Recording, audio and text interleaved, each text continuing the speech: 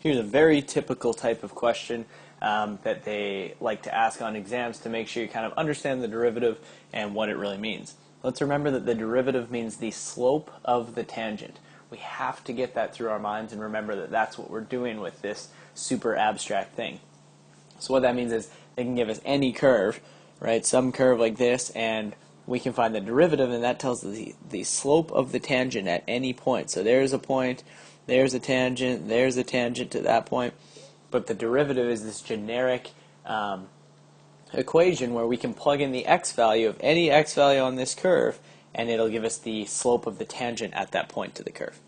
Okay, so now that we remember that, let's look at what the question says. It asks us for an equation of a line. So right away there, let's think back to grade 9 or 10. What do we need for an equation of a line? We need a slope, and we need a point. The equation of the line tangent to, so tangent should be another key word, that this is basically we're finding the equation of a tangent line, which means if we need the slope for an equation of a line, slope for an equation of a tangent must be the derivative. Great.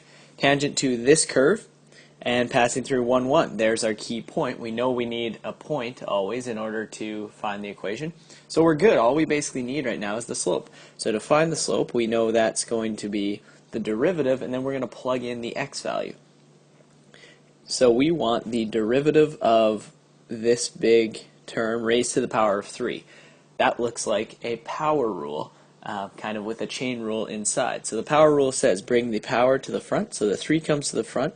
Chain rule says you rewrite everything inside, so just a blind copy to the new power, which is going to be 1 less. So the 3 came down, rewrite the bracket to the power of 1 less. Now the chain rule says, but you also have to multiply by the derivative of what's inside. The derivative of 2x cubed is 6x squared, because the 3 comes down, multiplies to the 2 to get 6. X to the 1 less is 2. Derivative of negative 4x is just negative 4. Derivative of 3 is 0, so we don't have to worry about that. So this is the derivative of that equation, or of that curve, which means I'm calling it m because m stands for slope. Now we just need to plug in an x value. We want to find the slope when x is 1, so I'm going to replace every x here with a 1. 1 cubed minus 4 times 1 plus 3 squared times 6 into 1 squared minus 4. Great. Again, if it gave us a different point and it was where x was 400, I could have plugged in 400 for x, and it still would have given us the slope of the tangent to this curve when x is 400. But we want it when x is 1, so let's simplify this. This is just 2 minus 4 plus 3, and this is 6 minus 4. This all comes to 3.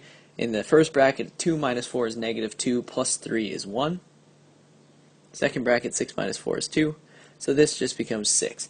In other words, on this curve, this complicated cubic curve raised to the power of 3, at the point 1, 1, the slope of the tangent line is 6. That's what that means. Now we need the equation of this tangent line. So we know equations of lines come in the form y equals mx plus b. We have an xy here with our point, because we know our line has to go through that point, so I'm going to plug in 1 for y. M is 6, 1 for x, because it's the point 1, 1, plus b. B is the last bit we have to find. 1 equals 6 plus b, so b must equal negative 5, just from simple algebra. So our final equation of the tangent line is y equals 6x minus 5.